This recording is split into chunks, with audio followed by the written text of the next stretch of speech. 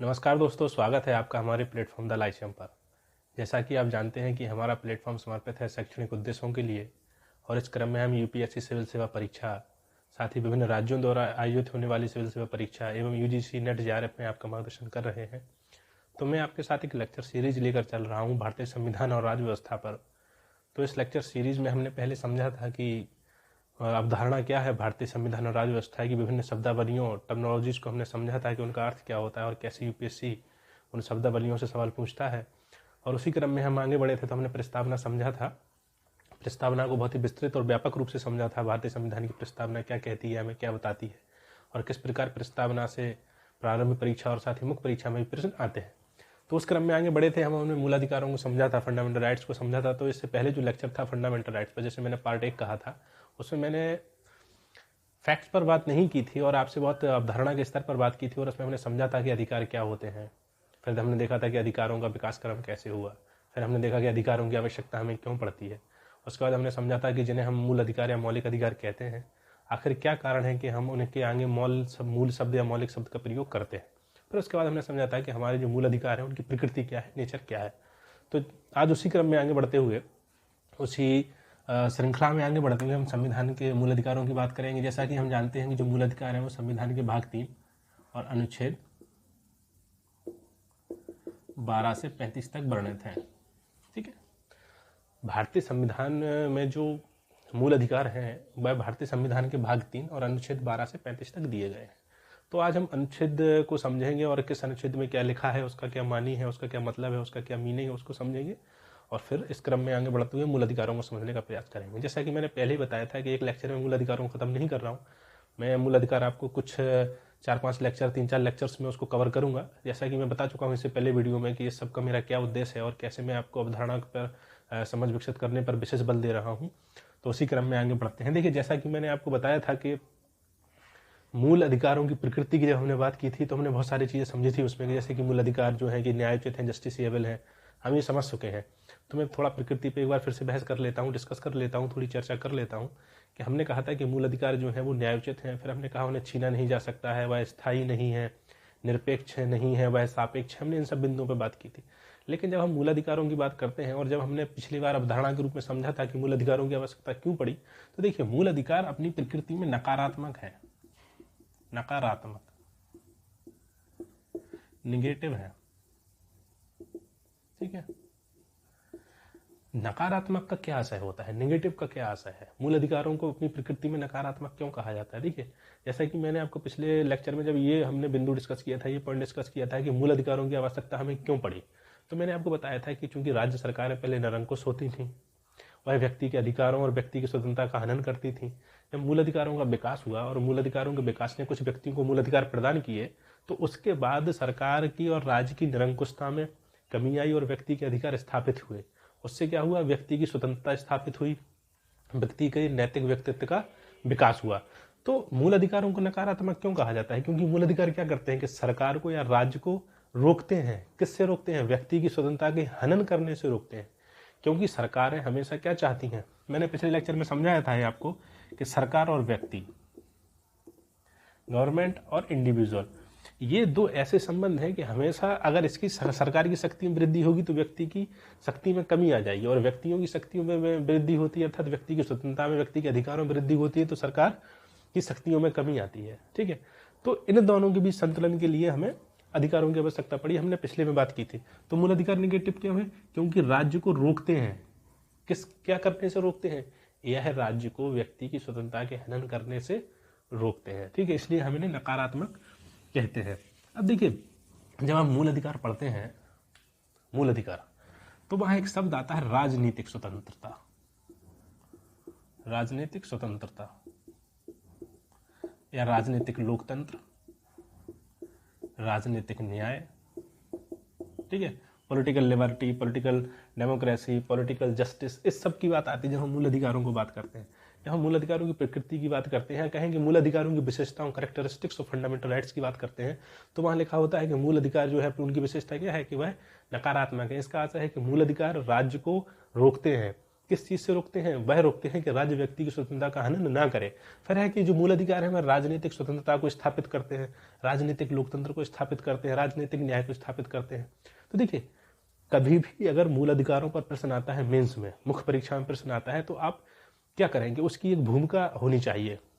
एक बात और मैं आपके साथ यहाँ साझा करना चाहता हूँ कि जब यूपीएससी की तैयारी कर रहे हैं तो आप जिन जिन टॉपिक्स को, जिन जिन बिंदुओं को पढ़ रहे हैं, उन बिंदुओं की आपके पास एक भूमिका होनी चाहिए मुख्य परीक्षा की तैयारी के लिए। ऐसा नहीं है कि आप पढ़ लिया है और आप जाके मेंस परीक्षा में सीधी भूमिका तुरंत वहां बना के लिख देंगे, ऐसा नहीं है। क्योंकि मुख्य परीक्षा में एक प्रश्न आपका जो क्वेश्चन होता है उसके लिए आपको 8 मिनट मिलते हैं, समझ रहे हैं आप?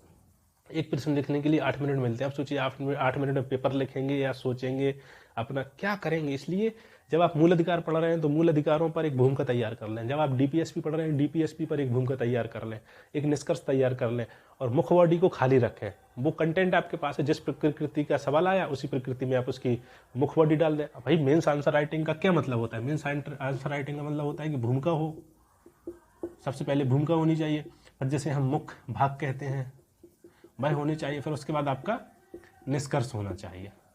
तो मैं कह रहा हूँ कि ये 2 चीजें आप हमेशा तैयार रखें और फिर प्रश्न क्या है, मुख्य भाग उसी हिसाब से बदलते रहे।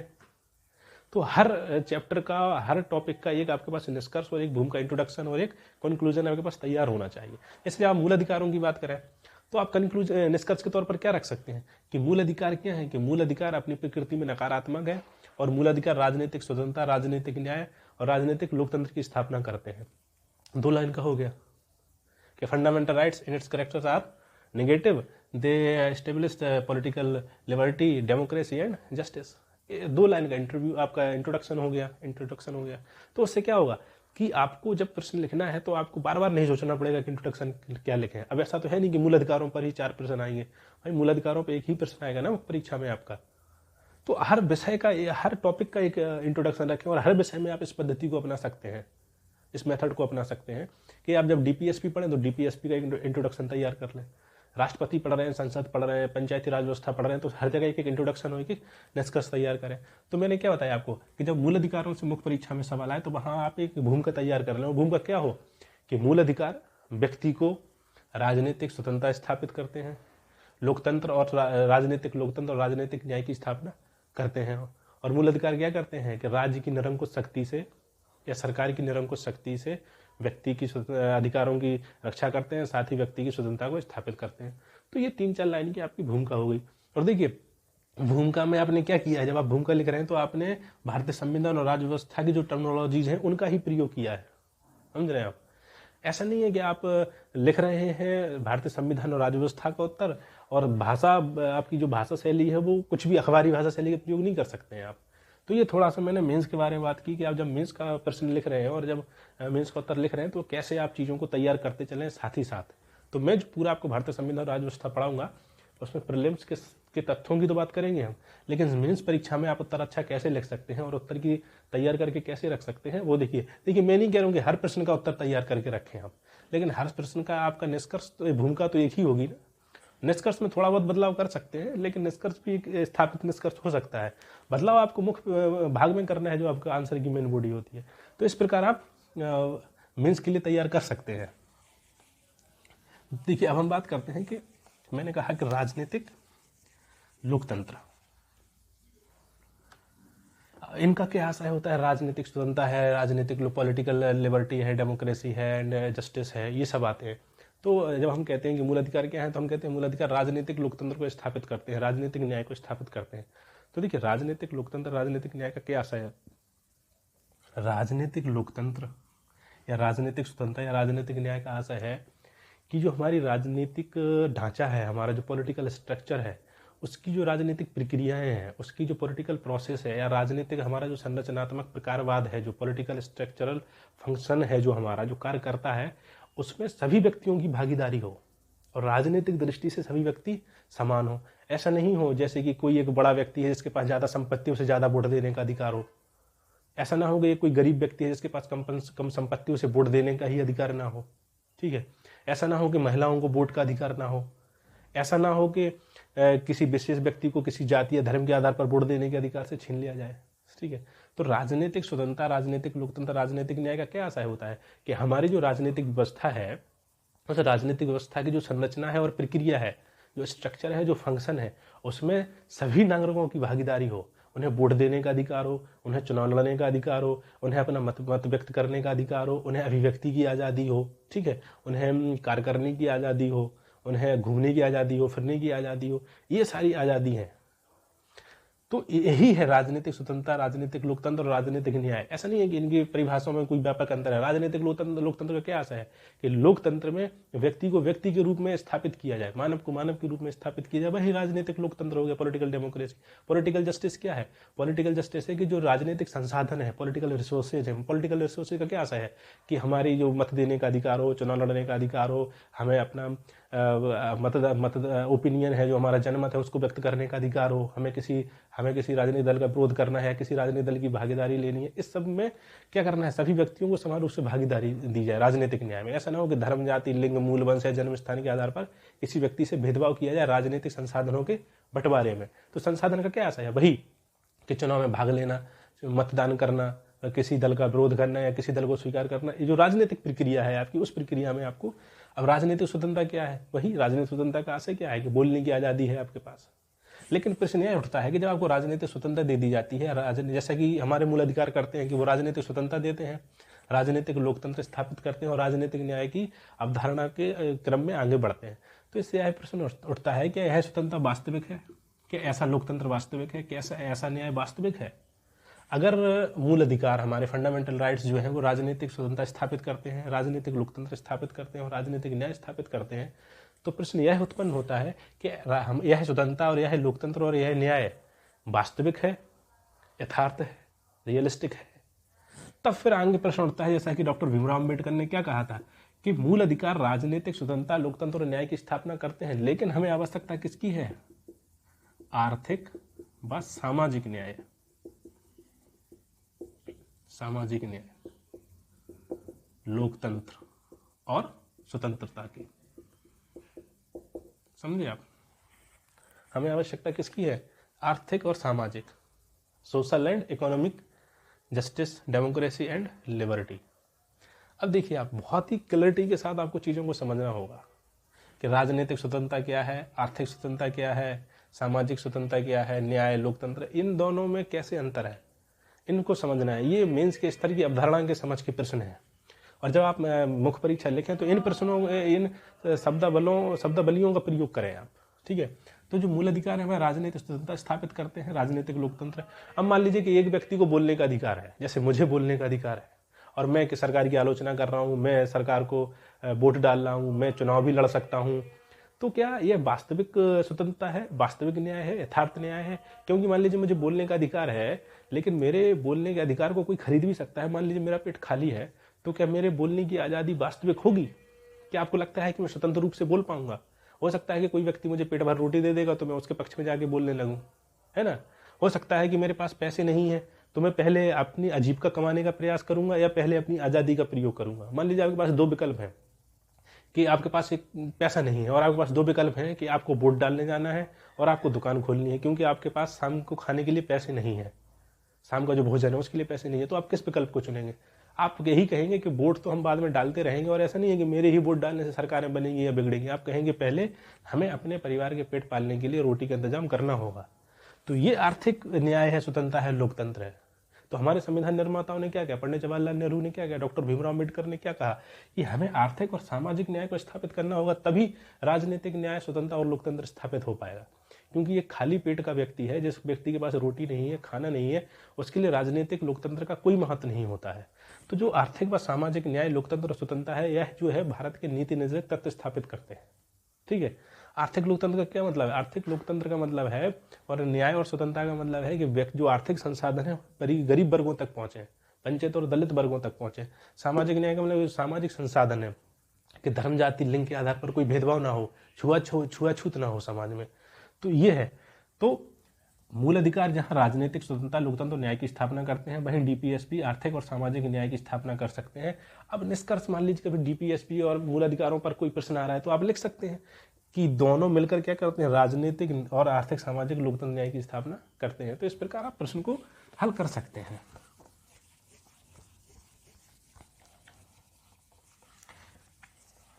तो ये हमने अवधारणा के स्तर पर थोड़ा सा समझने का प्रयास किया, लेकिन जब हम क्या करेंगे कि मूल अधिकारों को पूरा पढ़ लेंगे और डीपीएसपी को पूरा पढ़ लेंगे तब फिर हम राजनीतिक न्याय और सामाजिक आर्थिक न्याय, लोकतंत्र, स्वतंत्रता पर फिर से चर्चा करेंगे और वहाँ और व्यापक स्तर पर समझेंगे, क्योंकि जब हम इन दोनों को समझ लेंगे तो हमें समझ में आ जाएगा कि इन शब्दावली का क्या फर्क होता है। चलिए हम बात करते हैं मूल अधिकारों पर, ठीक है, अनुच्छेद के साथ। तो आज हम बात करेंगे अनुच्छेद 12, आर्टिकल 12, अनुच्छेद 13, फिर हम बात करेंगे हमारे समानता के अधिकार की, समानता का अधिकार, राइट टू इक्वलिटी।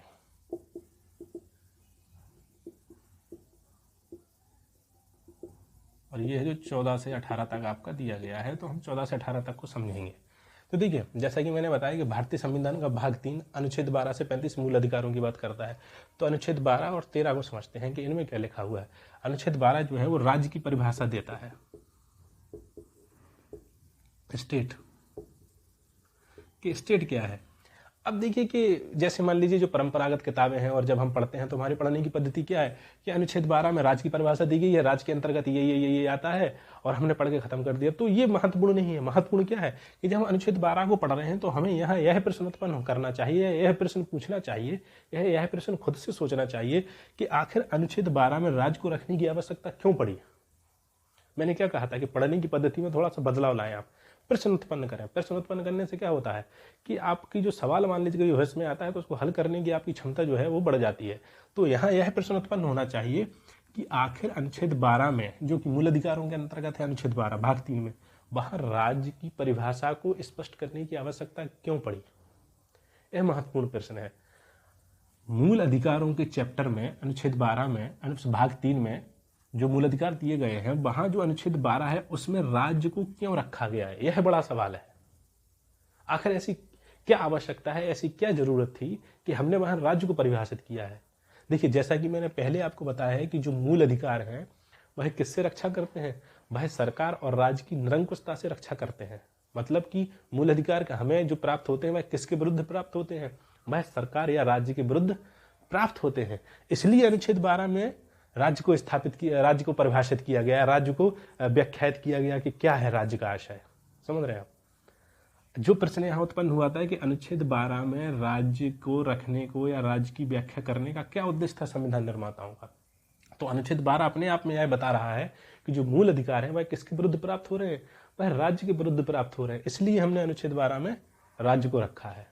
ठीक है, अब हमें समझ आ जाएगा। वैसे तो हम अनुच्छेद 12 को पढ़ते और पढ़ के निकल जाते, तब फिर शायद हमें याद नहीं रहता। लेकिन जब हमने प्रश्न उत्पन्न किया कि आखिर 12 में राज्य को क्यों रखा, अनुच्छेद 12 में राज्य की अवधारणा को क्यों स्पष्ट किया गया, तो जब हमने उसका उत्तर समझा कि इसलिए स्पष्ट किया गया क्योंकि जो मूल अधिकार है वह हमें किसके विरुद्ध प्राप्त होते हैं, वह हमें राज्य के विरुद्ध प्राप्त होते हैं। और राज्य के विरुद्ध प्राप्त होते हैं इसका मतलब है राज्य की निरंकुशता की जो शक्ति है और राज्य की जो पावर है उस पर वो क्या करते हैं, उसको सीमित करते हैं और व्यक्ति की स्वतंत्रता को स्थापित करते हैं। देखिए यहाँ राज्य को देखिए, अब अनुच्छेद 12 का जो राज्य है, अनुच्छेद 12 में जो राज्य की डेफिनेशन दी गई है और यूपीएससी ने जो सवाल पूछा है आपसे 2021 की प्रारंभिक परीक्षा में राज्य के संदर्भ में, उसमें बहुत अंतर है। अगर अनुच्छेद 12 के राज्य को याद करके कोई उस सवाल को हल करता तो वो सवाल हल नहीं हो पाता, क्योंकि इससे पहले जो लेक्चर था जहां मैंने राज्य और सरकार में अंतर बताया था, वहां मैंने क्या बताया था कि राज्य के 4 अंग होते हैं, जनसंख्या, भूभाग, सरकार और संप्रभुता। और राज्य 12 क्या, अनुच्छेद 12 क्या कह रहा है राज्य के संदर्भ में, यह कह रहा है कि संघ सरकार, सेंट्रल गवर्नमेंट, राज्य सरकार, स्थानीय सरकारें, ठीक है, विभिन्न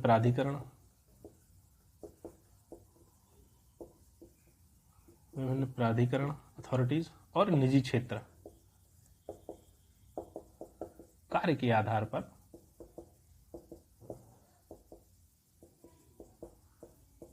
राज्य के अंतर्गत शामिल होंगे।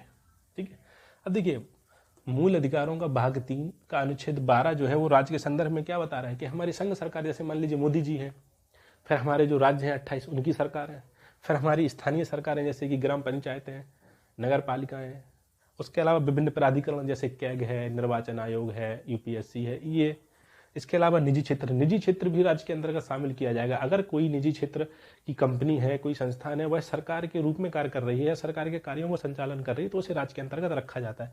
तो अनुच्छेद 12 ये कहता है कि यह राज्य का जो रूप है, अगर यह मूल अधिकारों का उल्लंघन करता है तो क्या कर सकता है, व्यक्ति सुप्रीम कोर्ट जा सकता है। मतलब कि राज्य के इस स्वरूप के विरुद्ध हमें मूल अधिकार प्राप्त हुए हैं। जैसा कि मैंने कहा कि अनुच्छेद 12 में राज्य को परिभाषित करने का उद्देश्य क्या था, यह बताना था संविधान निर्माताओं के मूल अधिकार हमें राज्य के विरुद्ध प्राप्त हुए हैं।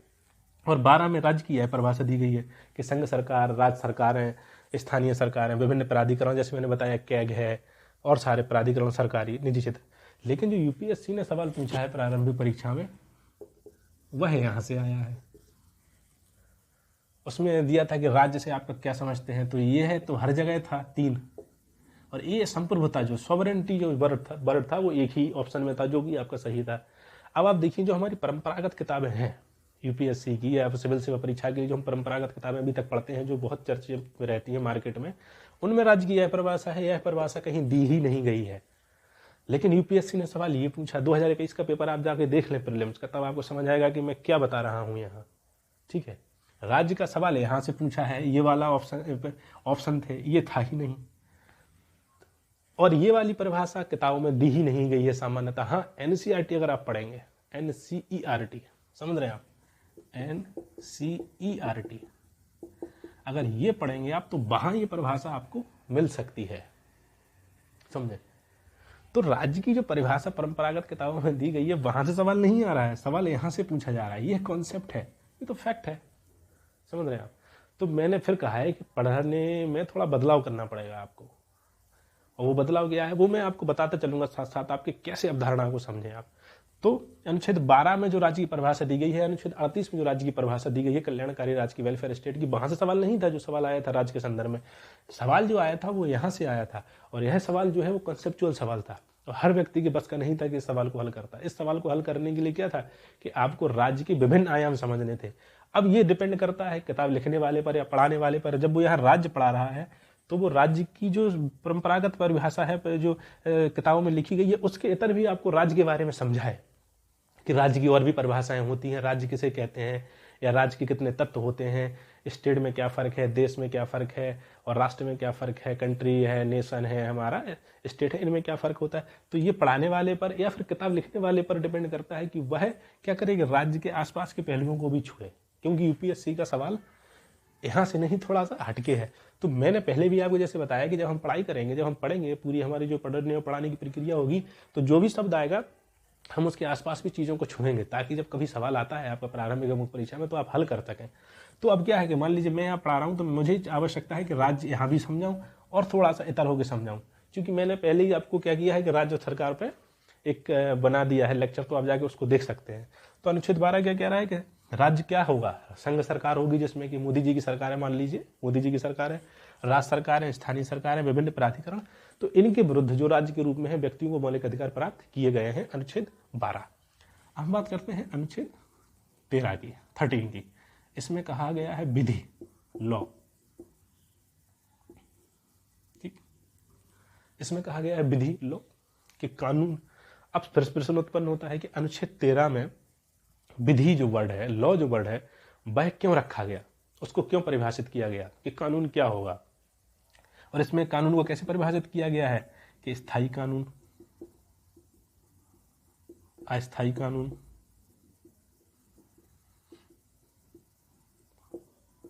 प्रत्यायोजित कानून,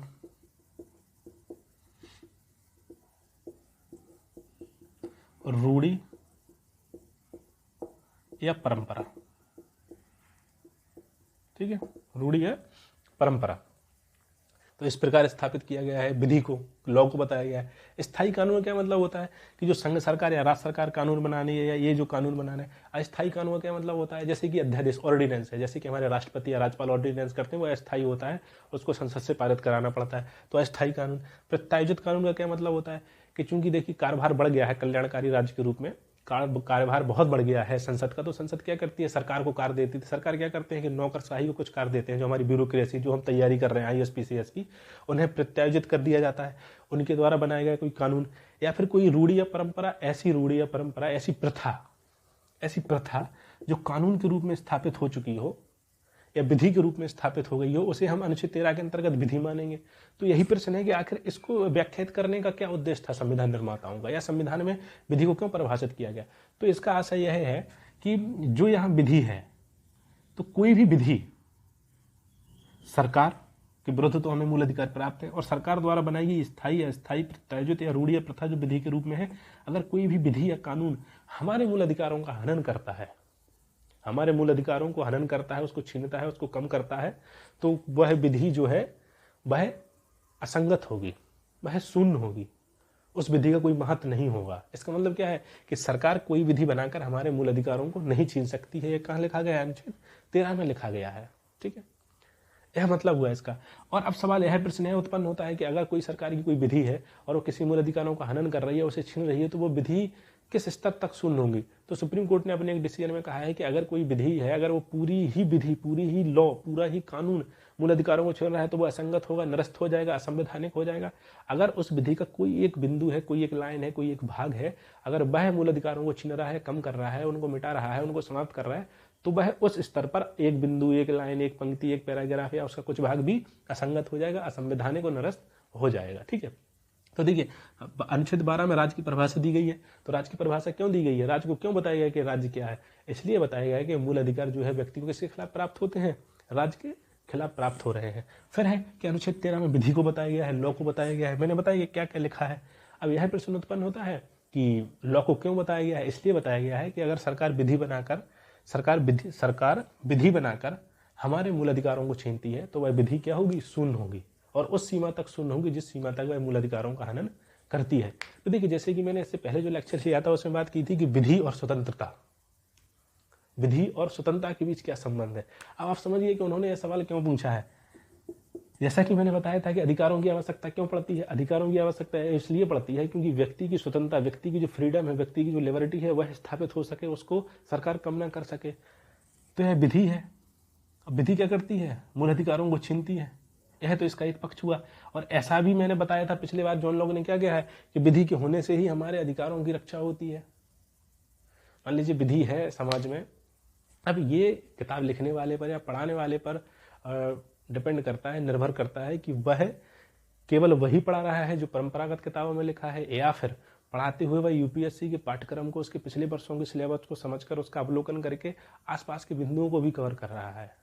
तो मेरा जो उद्देश्य है वह है कि जो पूरा पाठ्यक्रम हमने बनाया है वो इस क्रम में हम आगे बढ़ें कि आपके आने वाले समय अगर कोई सवाल आ रहे हैं तो आप उन्हें आसानी से हल कर सकें।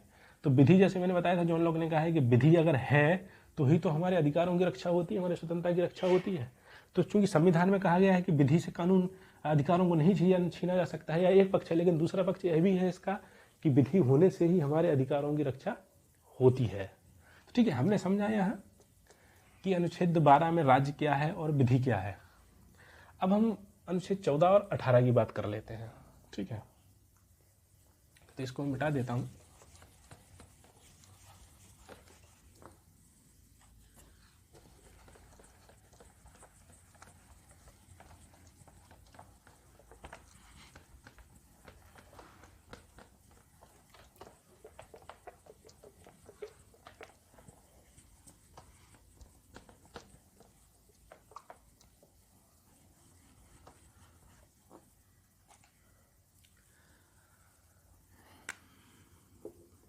आज हम बात करेंगे समानता का अधिकार।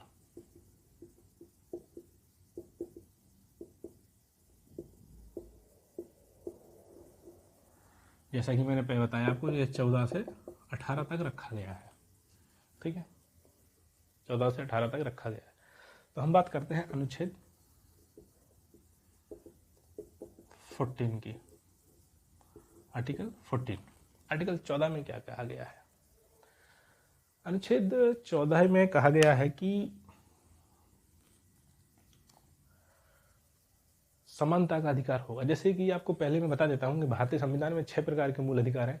एक तो समानता का अधिकार है, स्वतंत्रता का अधिकार है, शोषण के विरुद्ध अधिकार है, धार्मिक स्वतंत्रता का अधिकार है आपको, ठीक है। फिर है संवैधानिक उपचारों का अधिकार है आपको, अल्पसंख्यकों का अधिकार है। 6 प्रकार के अधिकार दिए गए हैं। वो हम जब पढ़ते जाएंगे तो हम पहले प्रकार के अधिकार की बात कर रहे हैं। 12 और 13 तो हमने समझा, हम 14 से 18 तक की बात कर रहे हैं समानता का अधिकार। तो अनुच्छेद 14 क्या कहता है कि विधि की समानता होगी, विधि की समानता होगी, ठीक है। यहां 2 वर्ड आए हैं, एक है विधि के समक्ष समानता और फिर है विधि का समान संरक्षण, ठीक है। 2 शब्द यहां आए हैं अनुच्छेद 14 में। देखिए, राजनीतिक लोकतंत्र का क्या आशा है कि समाज में जितने भी लोग हैं सभी के लिए एक ही विधि होनी चाहिए, एक ही कानून और एक ही रूल और एक ही नियम होना चाहिए। ऐसा नहीं है कि मेरे लिए कुछ और नियम है, किसी और जाति के लिए कुछ और नियम है, किसी और धर्म के लिए कुछ और नियम है, पैसे वालों के लिए कुछ और नियम है, गरीब लोगों के कुछ और नियम है, पुरुष के लिए कुछ और नियम है, महिलाओं के लिए कुछ और नियम है। ऐसा नहीं है, एक ही विधि होनी चाहिए जो सभी लोगों पर लागू हो। तो अनुच्छेद 14 क्या कहता है कि भारत की सरकार अगर कोई विधि बनाती है तो वह विधि भेदभाव रहित होनी चाहिए। ऐसा नहीं होना चाहिए कि वह विधि महिलाओं के साथ भेदभाव कर रही हो, लोगों या पुरुषों के साथ भेदभाव कर रही हो, गरीब के साथ भेदभाव कर रही हो। विधि की समानता होनी चाहिए, तभी समानता स्थापित होती है। समझ रहे हैं आप? विधि की समानता से ही समानता स्थापित होती है। तो यहाँ आया है कि विधि की के समक्ष समानता, इक्वालिटी बिफोर लॉ और इक्वल प्रोटेक्शन ऑफ लॉ, ये 2 वर्ड आए हैं, ठीक है। तो देखिए, विधि के समक्ष समानता जो है एक ब्रिटिश टर्म है जो कि प्रोफेसर एवी डाइसी जो है वहाँ के, उन्होंने दिया था। और विधि का समान संरक्षण जो है यह है अमेरिका में है। यह प्रकृति में नकारात्मक है और यह सकारात्मक है। अब देखिए, विधि के समक्ष समानता को समझते हैं कि इक्वालिटी बिफोर लॉ। मान लीजिए कि ये कोई लॉ है, वो है, नियम बन गया है और उसके समक्ष सभी व्यक्ति समान होंगे, इसमें कोई मतलब, इसमें कोई भेदभाव नहीं होगा।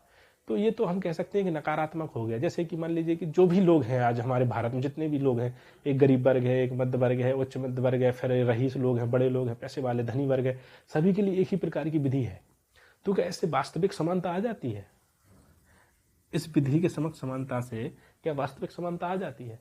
अगर सभी लोगों के लिए एक विधि बना दी जाए कि सभी लोगों को क्या हुआ कि कोई भी व्यक्ति किसी की हत्या करेगा तो उसको सजा मिलेगी, यह एक विधि होगी, ये सभी पर लागू हो रही है। तो क्या है, वास्तविक समानता है? नहीं है यह वास्तविक समानता। क्योंकि अगर सभी लोग विधि के समक्ष समान हो जाएंगे तो अपने आप में नकारात्मक प्रकृति की विधि होगी, प्रवृत्ति होगी विधि की, नकारात्मक टेंडेंसी कैसी होगी, इसकी नेगेटिव होगी। क्योंकि सभी को आपने बराबर कह तो दिया लेकिन वह बराबर हुए नहीं है।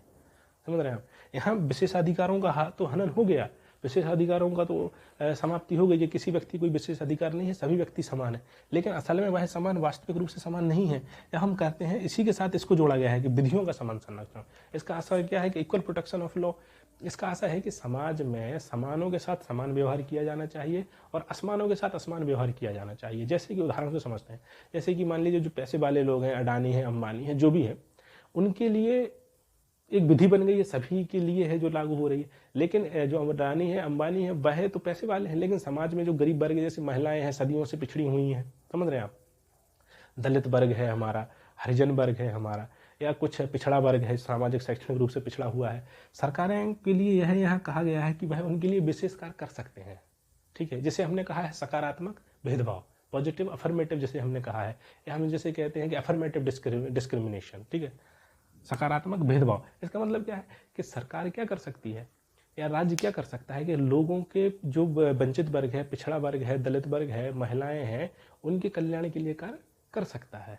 ठीक है, तो विधि के समक्ष समानता, इक्वालिटी बिफोर लॉ अपनी प्रकृति में नकारात्मक है, जो ब्रिटेन से लिया गया है, और विधि के समक्ष समान संरक्षण, इक्वल प्रोटेक्शन ऑफ लॉ अपनी प्रकृति में सकारात्मक है, पॉजिटिव है, और यह हमने अमेरिका से लिया गया है, जहां यह विशेष अधिकारों की समाप्ति की बात करता है और केवल नकारात्मक स्वतंत्रता को स्थापित करता है। वह यह विधि के विशेष अधिकारों की समाप्ति के साथ साथ सरकार से यह भी कहता है कि आप क्या करेंगे, समाज के जो वंचित वर्ग है, दलित वर्ग है, महिलाएं हैं, बच्चे हैं, उनके लिए आप सकारात्मक भेदभाव स्थापित कर सकते हैं। जैसे कि आरक्षण का मुद्दा ले लें हम, आरक्षण में क्या हुआ है कि समाज के एक विशेष वर्ग को कुछ विशेष प्रोत्साहन दिया जा रहा है, तो फिर ये गलत है, क्योंकि सरकार ने विधि बनाकर क्या किया है कि एक वर्ग को ऊपर उठाने का प्रयास किया है। लेकिन तो देखा जाए तो यह इस विधि का उल्लंघन है, क्योंकि विधि एक समान सबके लिए होनी चाहिए। लेकिन संविधान निर्माता को पता था कि हमारा देश जो है बहुत गरीब है और हमारे देश का कुछ ऐसा वर्ग भी है जो बहुत पिछड़ा है, उसके कल्याण के लिए कार्य करना है। तो यहाँ सकारात्मक हमने भेदभाव को अपनाया है, अफर्मेटिव डिस्क्रिमिनेशन जिसे कहते हैं। और इससे सवाल लगातार एग्जाम में आते हैं, मुख्य परीक्षा में। अफर्मेटिव डिस्क्रिमिनेशन कभी कभी एक लाइन भी आपको लिखने के लिए दे दी जाती है कि सकारात्मक भेदभाव से आप क्या समझते हैं, स्पष्ट करिए। तो इसका क्या मतलब हुआ कि विधि की समानता के साथ साथ सरकार क्या कर सकती है, कार्य कर सकती है। तो हमने अनुच्छेद 14 को समझा। अब देखिए, एक मेंस में एक सवाल आता है और आने वाले समय में आ भी सकता है, और संविधान जब सभा में मूल अधिकारों पर बहस हुई तो एक विद्वान है, उन्होंने कहा कि हम मूल अधिकार एक हाथ से देते हैं लेकिन दूसरे हाथ से वापस ले लेते हैं। उनका यह कथन है, और यह कथन कभी कभी एग्जाम में आता है। जो पॉलिटिकल साइंस और इंटरनेशनल रिलेशन की जिन्होंने ऑप्शनल रखा है उनके लिए तो ये आता ही आता है, लेकिन जीएस में भी यह सवाल आता है, यूपीएससी और पीसीएस में। उन्होंने क्या कहा कि संविधान ने एक हाथ से तो मूल अधिकार लोगों को दिए हैं लेकिन दूसरे हाथ से ले लिए हैं। जैसे कि जब मैंने आपको मूल अधिकारों की प्रकृति पढ़ाई तो मैंने कहा क्या बताया था वहाँ कि हमारे जो मूल अधिकार हैं वह निरपेक्ष नहीं है, वह सापेक्ष है। उन्हें छीना जा सकता है और कम किया जा सकता है कुछ विशेष परिस्थितियों में।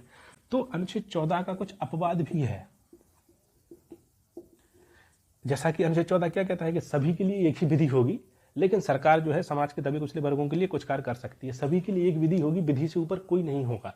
भारत में सबसे ऊपर क्या है, विधि।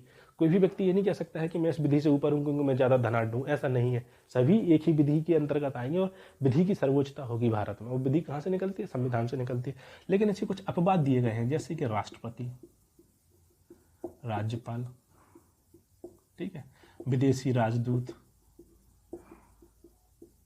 विदेशी शासक अगर कोई आया है मान लीजिए, ठीक है, संसद के सदस्य,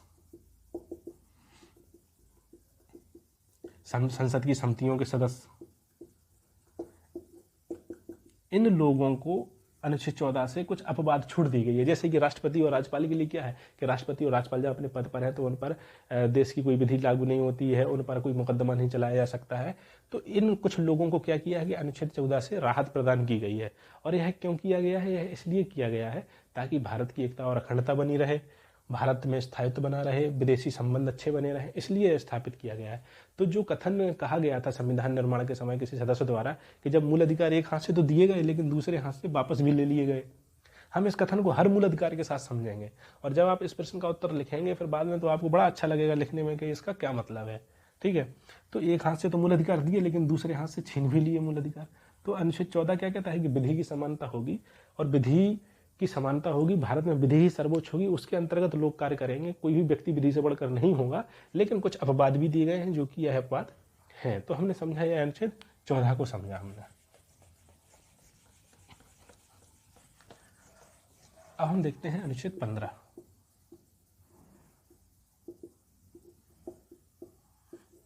आर्टिकल 15 देखते हैं वो, ठीक है। आर्टिकल 15 क्या कहता है। अनुच्छेद 15 देखिए 14 से 18 तक समानता की बात की, राइट टू इक्वलिटी की बात की गई। तो 14, 15, 16, 17, 18 यह जो 5 अनुच्छेद है, पांचों इक्वलिटी की बात करते हैं, ठीक है। तो अनुच्छेद 15 कहता है कि राज्य जो है लोगों के साथ भेदभाव नहीं करेगा, भेदभाव नहीं करेगा। किस आधार पर नहीं करेगा, जैसे कि धर्म, जाति, लिंग, जन्म स्थान और मूल वंश।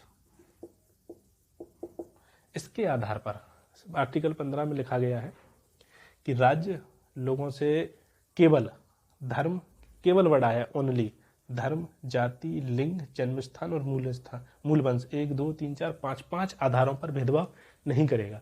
भारत का जो राज्य है वह लोगों के बीच धर्म के आधार पर, जाति के आधार पर, लिंग के आधार पर, जन्म स्थान के आधार पर और मूल वंश के आधार पर भेदभाव नहीं करेगा।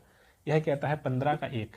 फिर 15 का 2 है, वह क्या कहता है, वह कहता है कि राज्य क्या करेगा या कोई व्यक्ति जो सार्वजनिक स्थान है उन पर भी लोगों के मध्य भेदभाव नहीं करेगा इन आधारों पर, ठीक है। और जो सरकार द्वारा अंशतः या पूर्णतः पोषित स्थान है वहाँ भी कोई व्यक्ति जाना चाहता है तो ये नहीं कह सकता है कि आप दलित वर्ग के हो, आप वंचित वर्ग के हो, आप फलां जाति को इसलिए मंदिर पर नहीं आ सकते हैं। अगर कोई सार्वजनिक स्थान है, पब्लिक प्लेस है, या सरकार द्वारा पूर्णतः और अंशतः वित्त पोषित है, फाइनेंशियल उसको सपोर्ट सरकार कर रही है, ऐसे स्थानों पर धर्म, जाति, लिंग, जन्मस्थान, मूलवंश के आधार पर भेदभाव नहीं किया जाएगा। तो अनुच्छेद 15 क्या कर रहा है कि राज्य को और व्यक्तियों को भेदभाव करने से रोक रहा है। किन आधार पर? धर्म के आधार पर, जाति के आधार पर, लिंग, जन्मस्थान, मूलवंश के आधार पर।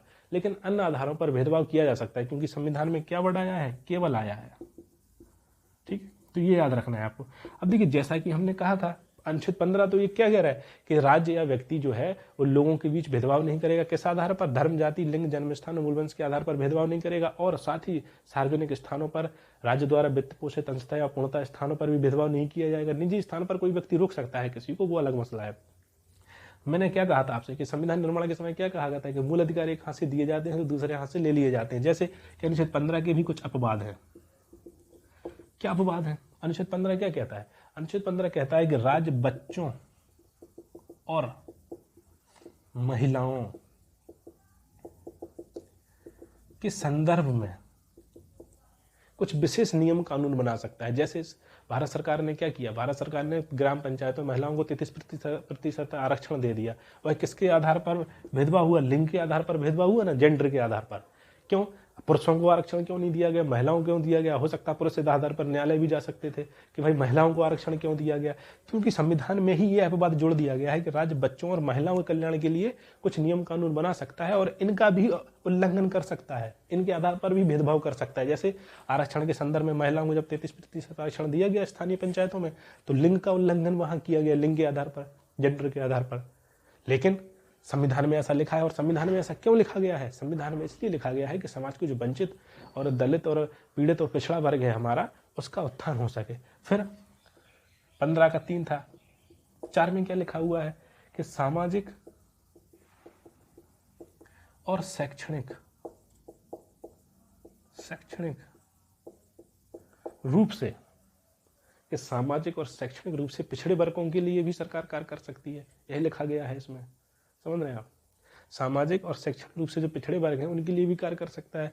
कार्य कर सकता है का मतलब क्या है कि केवल धर्म, जाति, लिंग, जन्मस्थान और मूलवंश के आधार पर जिन भेदभावों से रोका गया था सरकार को, इन आधारों पर भी सरकार इनके लिए कार्य कर सकती है। जैसे कि आपने देखा होगा कि जो हमारी उच्च शिक्षण संस्थाएं हैं, जो हायर एजुकेशन है, उनमें रिजर्वेशन रखा गया है ओबीसी को 27%, नौकरियों में भी 27% आरक्षण। तो हम कह सकते हैं कि जाति के आधार पर, अदर बैकवर्ड कास्ट जाति के आधार पर भेदभाव कर दिया गया लोगों के साथ। लेकिन यह भेदभाव क्यों किया गया? ताकि समाज का जो पिछड़ा वर्ग है, सामाजिक और शैक्षणिक आधार पर पिछड़ा वर्ग है, वह विकास की मुख्य धारा में आ सके और समावेशी विकास सुनिश्चित हो सके, इसलिए कहा गया। फिर है कि 15 का ही 5 या 15 का ही एक सब क्लॉज है, वो क्या कह रहा है? वो कह रहा है कि हमारे 93 में संविधान संशोधन हुआ, उसके द्वारा क्या कहा गया कि जो इसी को लागू किया गया संविधान संशोधन के द्वारा, और कहा गया कि 27% आरक्षण दिया जाएगा उस शिक्षण संस्थाओं में, अल्पसंख्यक संस्थाओं को छोड़कर। फिर आगे 6 है, आपने देखा होगा कि 10% का आरक्षण दिया गया। कहाँ? उस शिक्षण संस्थाओं में। किसको? ईडब्ल्यूएस को, आर्थिक रूप से पिछड़े जो वर्ग थे। हाल ही फिलहाल में सरकार ने दिया था। तो आप क्या देख रहे हैं कि वो भी जाति के आधार पर भेदभाव किया गया। जहां अनुच्छेद 15 जाति, धर्म, लिंग, जन्मस्थान के आधार पर भेदभाव को रोक रहा है, वहीं उसी के साथ अपवाद जोड़ दे रहा है और कह रहा है कि राज्य कर सकता है लोगों के कल्याण के लिए। इसलिए तो कहा गया कि जहां एक तरफ हमें अधिकार दिया गया और वहीं दूसरी तरफ अपवाद के रूप में अधिकार छीन लिया गया। इसलिए कहा गया कि एक हाथ से अधिकार दिए गए तो दूसरे हाथ से अधिकार छीन लिए गए। इस बात को समझो आप। तो ये हमने बात की 15 की। अब देखते हैं 16 अनुच्छेद 16 देखते हैं। इसमें क्या गया है?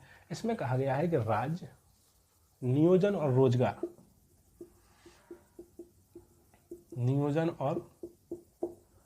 रोजगार में भेदभाव नहीं करेगा लोगों के बीच। किस आधार पर? केवल, यहां भी केवल वर्ड आया है। केवल है कि धर्म, जाति, लिंग, जन्मस्थान, मूलवंश और निवास स्थान। देखिए 1 2 3 4 5, यहाँ 5 आधार थे, यहाँ 1 2 3 4 5 6 आधार, एक आधार क्या बढ़ गया, निवास स्थान। अगर आपने ये 5 याद कर लिए तो वहाँ एक निवास स्थान जोड़ के आप उसको 16 को आराम से याद रख सकते हैं कि धर्म, जाति, लिंग, जन्मस्थान, मूलवंश, निवास स्थान के आधार पर राज्य लोग नागरिकों के साथ भेदभाव नहीं करेगा, नागरिकों के साथ भेदभाव नहीं करेगा। अनुच्छेद 16 ऐसा कहता है। किसमें भेदभाव नहीं करेगा, नियोजन और रोजगार में। समझ रहे हैं आप, एम्प्लॉयमेंट जब सरकार दे रही है या राज्य एम्प्लॉयमेंट दे रहा है तो धर्म के आधार पर नहीं दे सकता है। ऐसा नहीं कह सकता है राज्य के हम केवल मुसलमानों को ही रोजगार देंगे, ऐसा नहीं कह सकता है कि हम केवल हिंदुओं को, सिखों को रोजगार देंगे। जब रोजगार और नियोजन की बात आती है तो जाति के आधार पर भी भेदभाव नहीं किया जा सकता है। ऐसा नहीं हो सकता है कि हम केवल पिछड़े वर्गों को ही देंगे, ठीक है, हम केवल अनुसूचित जाति और जनजाति को देंगे। लिंग के आधार पर भी नहीं हो सकता है। जब रोजगार नियोजन की बात आए तो सरकार ये नहीं कह सकती है कि हम केवल महिलाओं को ही रोजगार देंगे। जन्म स्थान, मूलवंश, ऐसा नहीं है कि उत्तर प्रदेश के भारत सरकार ने अगर मान लीजिए कोई नोटिफिकेशन निकाला यूपीएससी की भर्ती है और सरकार ये नहीं कह सकती है कि हम उत्तर प्रदेश के निवासियों को इसमें शामिल नहीं करेंगे, ठीक है। या फिर ऐसा नहीं है कि राजस्थान की सरकार ये नहीं कह सकती है कि उत्तर प्रदेश के लोगों को हम अपने यहाँ भर्ती नहीं होने देंगे। तो अनुच्छेद 16 क्या कर रहा है कि नियोजन और रोजगार में रोक रहा है। किसे रोक रहा है, राज्य को रोक रहा है। क्या रोक रहा है कि धर्म, जाति, लिंग, जन्मस्थान, मूलवंश और निवास स्थान के आधार पर आप लोगों के, नागरिकों के बीच भेदभाव नहीं कर सकते हैं, अनुच्छेद 16 कह रहा है। लेकिन जैसा फिर मैंने कहा था कि अधिकार एक हाथ से दिए जाते हैं तो दूसरे हाथ से ले लिए जाते हैं। 16 का भी कुछ अपवाद है, 16 का भी अपवाद है। क्या अपवाद है 16 का? इसमें 16 में कहा गया है कि राज्य निवास स्थान के आधार पर, निवास स्थान के आधार पर भेदभाव कर सकता है, ठीक है। जैसे कि कुछ राज्य हैं जिन्होंने अपने यहाँ क्या व्यवस्था बना रखी है, राज्यों ने अपने यहाँ यह व्यवस्था बना रखी है कि उन्होंने क्या किया, मान लीजिए 100 वैकेंसी निकली, उसका 80% जो है अपने राज्य के नागरिकों के लिए आरक्षित कर दिया, जैसे तेलंगाना और आंध्र प्रदेश। लेकिन जब निवास स्थान के आधार पर अगर भेदभाव बनाने का प्रयास किया जा रहा है तो इसके लिए राज्य का विधानमंडल कानून पारित नहीं करेगा, संसद से उसे कानून पारित कराना पड़ेगा, ठीक है। अब ऐसा क्यों किया गया, भेदभाव क्यों रखा गया? यहाँ अधिकार दिया गया निवास स्थान, अनुच्छेद 16 में क्या कहा गया कि कोई भी राज्य, कोई भी सरकार, चाहे केंद्र की हो या राज्य की, निवास स्थान के आधार पर भेदभाव नहीं कर सकती है। लेकिन फिर उसी में एक अपवाद जोड़ दिया गया कि निवास स्थान के आधार पर भेदभाव किया जा सकता है। तो जहां अधिकार दिया वहीं छीन लिया तुरंत। लेकिन क्यों छीना हमसे? इसलिए छीना ताकि किसी राज्य में अगर ज़्यादा गरीबी है, वहाँ ज़्यादा पिछड़ापन है, तो वह अपने नागरिकों के कल्याण के लिए उसको रिजर्व कर सकती है सीटों को, ठीक है। इसलिए ऐसा किया गया है। अब फिर इसमें आगे क्या अपवाद जोड़ा गया है 16 में? 16 में अपवाद जोड़ा गया है कि सामाजिक और शैक्षणिक रूप से जो पिछड़े वर्ग हैं उनके लिए नियोजन में विशेष किया जा सकता है। यहाँ SC और ST भी है, ठीक है। फिर यहाँ है कि सामाजिक एवं शैक्षणिक रूप से पिछड़े वर्गों के लिए, सामाजिक एवं शैक्षणिक रूप से पिछड़े वर्गों के लिए राज्य क्या कर सकता है, नौकरियों में रिजर्वेशन कर सकता है। सामाजिक और शैक्षणिक रूप से जो पिछड़े वर्ग हैं उनके लिए इन आधारों पर भेदभाव कर सकता है। साथ ही इसमें आगे भी एक अपवाद जोड़ा गया है और इसमें कहा गया है कि क्या हो सकता है कि जो धार्मिक संस्थान है, मान लीजिए कोई, उसमें उसी धर्म के व्यक्ति को भी नियुक्त किया जा सकता है। तो देखिए धर्म के आधार पर भेदभाव हो गया है। फिर इसमें कहा गया कोई निजी संस्थान है, अगर वो चाहता है कि किसी व्यक्ति को कर रहा है तो वो कर सकता है। तो इसमें कुछ अपवाद भी जोड़ दिए गए हैं, जहां अधिकार दिए गए हैं वहीं छीन लिए गए। लेकिन जो छीने गए हैं वह भी क्यों छीने गए हैं? ताकि समाज की जो समावेशी विकास है, जो हमारा आर्थिक लोकतंत्र है, सामाजिक आर्थिक राजनीतिक लोकतंत्र है, वह स्थापित हो सके, इसलिए ऐसा छीना गया है। अब देखिए सामाजिक शैक्षणिक रूप से पिछड़े वर्गों को नियोजन में और रोजगार में क्या है, सरकार भेदभाव कर सकती है, इसको लेके बड़ी बहस है। और आपने सुना होगा पूरा मंडल आयोग आया, फिर 27% आरक्षण दिया गया, इंदिरा साहनी का मामला आया। तो हम उसको समझेंगे, लेकिन थोड़ा सा इसको मिटा देते हैं।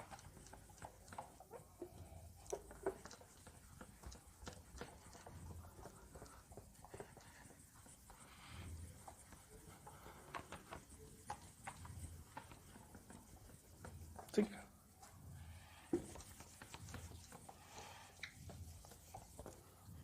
तो हमने ये समझा पिछड़े वर्गों को आरक्षण दिया जा सकता है।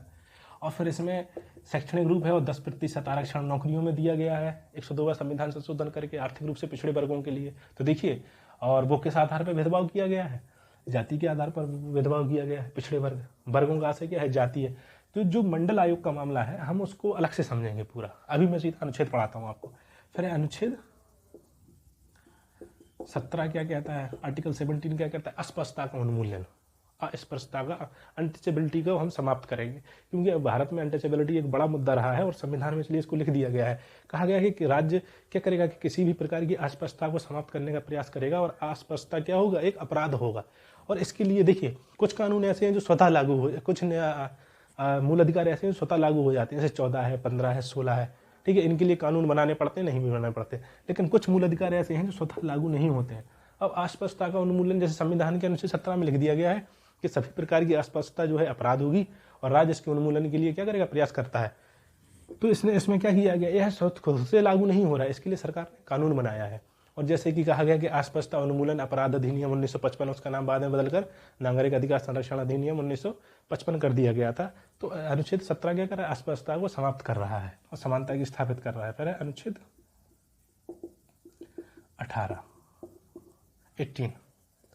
तो 18 क्या कर रहा है, अनुच्छेद 18 क्या कह रहा है, यह कह रहा है कि उपाधियों का अंत, उपाधियों का अंत, टाइटल। पहले क्या होता था, जब राजा होते थे, महाराजा होते थे, वो अपने टाइटल लगा लेते, महाराजा धीराज फलावले ढिकाने, महाराजा धीराज ऐसे ऐसे, चंद्रगुप्त मौर्य, पता नहीं क्या क्या। और उससे क्या होता था कि समाज में उनकी प्रतिष्ठा बढ़ जाती थी। तो समानता स्थापित करने के लिए उपाधियों का अंत किया गया।